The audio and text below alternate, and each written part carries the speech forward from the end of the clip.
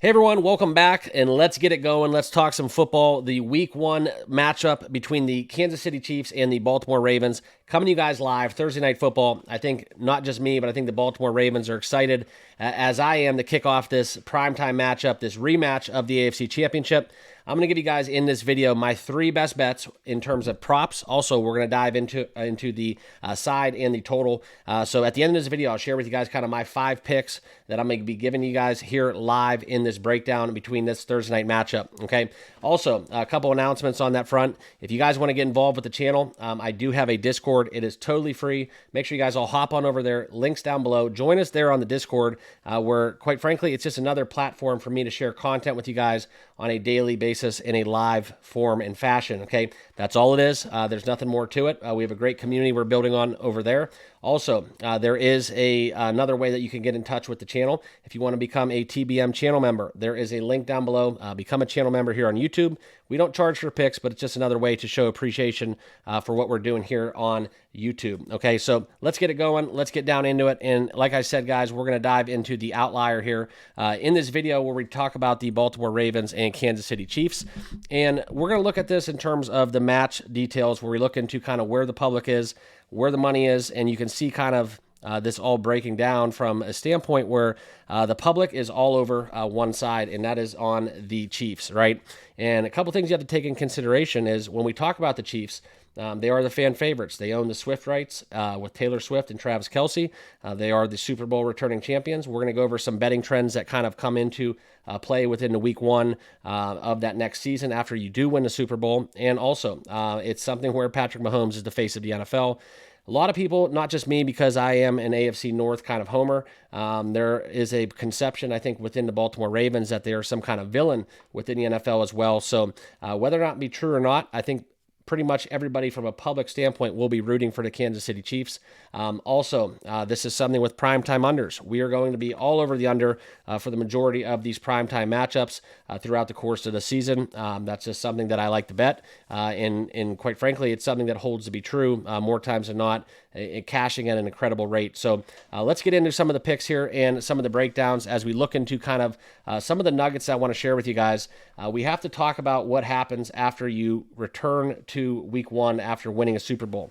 Okay, the Super Bowl winner comes into this game 14-9-1 since the year 2000 against the spread. That's a big betting trend. Historically, I don't really fall into line with some of the betting trends, and I don't use them as gospel, but I do let them kind of influence me in terms of where we might see this all shake out, okay? The next thing we have going for us, right, Patrick Mahomes. I want to share with you guys kind of a little bit about that. He's basically testing out a second-round rookie tackle, okay? His blind side will be protected by a second-round rookie. That's going to be a big question mark as they face kind of a newcomer as well on the defensive side for Baltimore. I really don't know how much a 32-year-old defensive coordinator can hold tough and kind of hold the line against an Andy Reid team that's had the whole offseason to prepare. And, you know, personnel changes, coaching staffs change, but one thing that stays pretty much the same is going to be that system. And that's kind of what the biggest question mark I have. A lot of times it's testing out young rookie lines, but more so I'm testing out a young rookie defensive coordinator in this game. We're going to call into question another little trend I like to kind of stand behind. Jim Harbaugh's record as his basically opening game as a head coach. That's something where you can look at the numbers. They're right there in front of you. Okay, they've only dropped one opener under Coach John Harbaugh. Okay, that's been a big betting trend. That's something where we look back to, almost a decade, and that's kind of where we are at within that. I think that's something where if you are a Baltimore backer, you can basically hold your head up high and stand behind that trend as well. Okay. But that's something where we see Mike Macdonald going on to Seattle. How much is the new first-year rookie defensive coordinator? 32 years old. Okay, that's kind of what the big question mark is.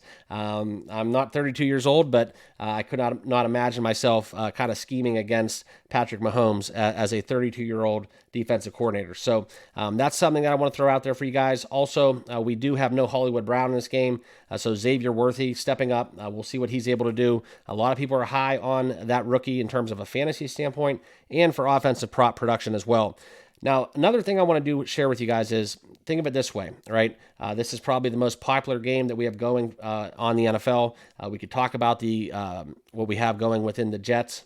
Okay, that game's going to be huge. We have the Philadelphia Eagles squaring off against the Packers, that game being played in Brazil.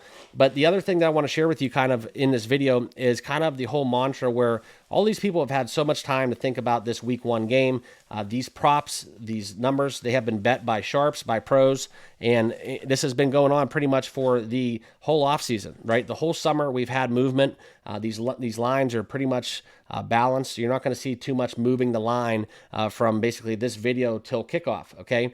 It's just kind of how it works, right? The money has kind of solidified itself. So without any crazy injury or substitution news, I really don't see any lines having any drastic movements, okay?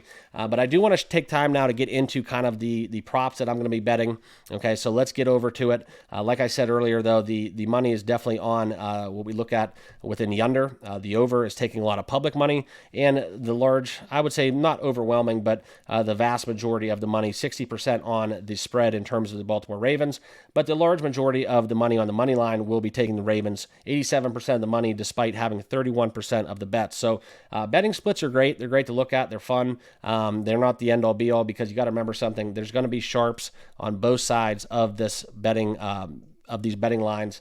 That's just how it works, right? There's going to be winners and losers and sharps, in my opinion. You see this with the Super Bowl more times than not. They're not always going to be on the same team. They're not always going to have the same winner, and there's going to be winners on both sides, obviously, okay? But let's get into that first prop that I want to talk to you guys about, and this is one that I truly like, and if it's kind of an insurance play, where we're going to attack the kicking game a little bit here. Okay, so the first one I do like is Kansas City kicker Harrison Butker. We're going to go over extra points, 2.5 points. This is something, though, you got to look at it in terms of the numbers don't really, quite frankly, back this up. But I do see the fact that if you think Kansas City is going to score 3 touchdowns, this is a bet that we have to take. You can see this game going towards the under, but it does give me kind of a little bit of a hedge against my bet that I'm going to be making in terms of the Ravens as well. And it correlates a little bit, okay? But we're going to take the over 2.5 extra points for Harrison Butker. This will be something where if you do like the Chiefs, this is a bet that I think you have a kind of a maybe a more so of an edge than taking the the -3 in this contest. It kind of gives you a little bit of a insurance policy in case it doesn't go to plan. So this is something, if you're a Chiefs backer, you're looking at this one for sure. All right. We look at the betting trends on Outlier. You can see 1, 2. He's only hit 2 of his last 10. But I think this is something where we can buck this trend. If we do get a little bit of a higher scoring game, maybe not the 17-10 game that we saw in the AFC Championship, but that's kind of where I'm at within Harrison Butker at this price to go over 2.5 extra points. Okay, and then the next one that I do want to share with you guys kind of is a detail into Travis Kelce. All right, this is something where we're going to look in the prop market, flying over the longest reception props. Okay, I can pull up some numbers here with Travis Kelce from StatMuse. You can see basically in the 5 games against the Ravens, he's getting 7, 8, 9 receptions, so averaging 7.8 receptions. Targets, and averaging 6.6 receptions. So if I had a venture, I would say that his prop for receptions is going to be firmly set, juiced up at 6.5. I haven't really looked at it because, quite frankly, once I saw this metric, I kind of just stopped looking. I said that's going to be my Kelce bet. Kelce's also a very popular play, so it's something where I don't look to kind of back all these trendy props. That's what the public's all going to be on. I know I said there's winners on both sides, but those numbers oftentimes get inflated, and they're numbers that I don't want to back. So within this, this is the data coming from StatMuse. You can see 73, 77, 89, 87, 109 yards respectively. But using Outlier, we can see this. This is the longest reception. Okay, I'm going to be taking Travis Kelce over 19.5 yards for that longest reception at -114. You can see basically in every game but 2. And I'd be very curious to see the weather conditions against New England and Cincinnati back during that game, as well as kind of what the storyline was, what the game flow was, because I think that definitely might have been an outlier. Obviously, with New England, you could see Bill Belichick taking Kelce out of the game. So technically, you can go back and you can kind of say this has hit in approximately 8 of their last 9, because I wouldn't even include the New England game in terms of being relevant, right? That's a true outlier, all right? So this one, it's hitting basically over 90% in my book. This is something that I like. I think that he gets one done over 20 yards, and it's going to be a chunk gain. It's not going to be necessarily, something where he goes over 100 yards per se. I'm not comfortable with that. I just like Kelce over 19.5 yards, so that will be my second prop that I'm targeting in this matchup. All right, and then the third game, the third one I'm going to bet. This one's pretty cut and dry. Pretty simple here, and it's something where we look into Justin Tucker. There's really no analysis need to put up for this, but this is something where I'm going to take Justin Tucker over 6.5 kicking points. They're not going to score 10 points, okay? They're not going to put up 10. If you like Baltimore to win the game, this is the kicking prop that I would get into, okay? If you like Justin Tucker, if you like Baltimore, this is a pretty much surefire lock. If you think that the Ravens are going to score more than 10 points, that's where we take Justin Tucker over 6.5 kicking points. You can find that right now at minus 125.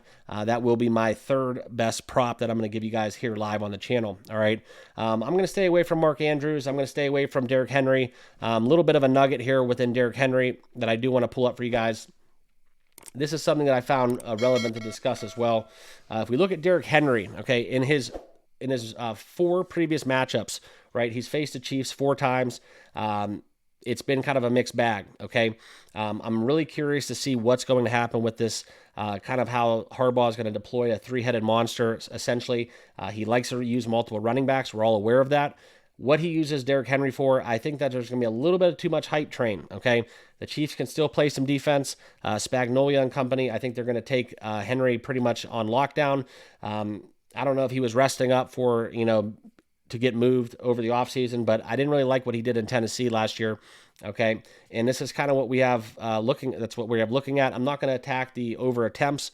I'm not going to get into the yards, rushing, and receiving props. I just think that's a little bit too, impossible to handicap right now because of how Harbaugh is going to use him. So let's just wait. Let's take a wait and see approach with that. If you guys have him in fantasy, then, unfortunately you do have to roll with him. But this is kind of where we look at Derrick Henry. Let's take a wait and see approach. In those 4 matchups against Tennessee, he had 58 yards, 188 yards, 86 yards, and 115 yards. But in all of those games, okay, except the one that he had 58 yards, he did eclipse 17 attempts on the ground. And then also from a receiving standpoint, in 2 of those games, he had 2 receptions. So that's firmly going to place him over 100 rushing and receiving. I just don't know if he's going to get that many looks, okay? I believe his number's at 13.5 or 14.5. I'm just not comfortable there yet. Yes, I do believe Derrick Henry, if healthy, is a great running back, getting 20-plus carries a game. I just don't think Harbaugh is going to use him like that in week 1, so I'm going to stay away from that. Also, Patrick Mahomes, that's going to be a very popular bet. Just stay away from it. It's been bet up through the nose within the over. That number really doesn't have any value anymore. The one bet I do like with Patrick Mahomes, if you do like the Chiefs, it correlates with that, is he throws over 2.5 touchdowns in basically every week 1 since week 1 opener since he's been a quarterback. So check that out. You can see the numbers. He gets 3 touchdowns in pretty much every week 1 game, except for last year, actually, because that was when Travis Kelce was not on the field. I think he was out for week 1. So that's obviously going to hinder that production. So that's kind of where I'm at from a prop standpoint. Like I said, I talked a little bit about the game flow and what's going to happen. I like the Ravens. I like the Ravens in terms of a revenge spot. I don't trust the defensive coordinator, so I'm not going to take them with the full game. But I do like the insight within John Harbaugh, basically with his week 1 track record. But for me, guys, this one comes down to the first half. I'm taking the Baltimore Ravens plus 3.5 as my best bet on the side. That way, we get a win if we do have a tie game at halftime. If it's a lower scoring game, we got a couple field goals in the mix, still cash a ticket, and the Chiefs, may come out strong in the second half and prevail. And then, quite frankly, we're not concerned with it. Also, on the total for the game, we are going to look into the 48. That will be my best bet in terms of what we're going to do. We do take primetime unders here. This is no exception. It's not going to be the 17-10 game we got last year in the AFC Championship, like I said, but I do see this number going way under the 48 and probably settling in the low 40s or high 30s, okay? So that's where I'm at. That's kind of my handicap for this contest. You can see my best bets here up on the screen. Like I said, I got 3 props, and that is my bet in terms of the side and the total. So I hope you all enjoyed this video. If you did. Please consider subscribing down below if you haven't done so. Also, smash that like button, and please feel free to let me know what you guys will be backing and betting for this Thursday matchup we got coming to you guys Thursday night. Appreciate you guys. Peace.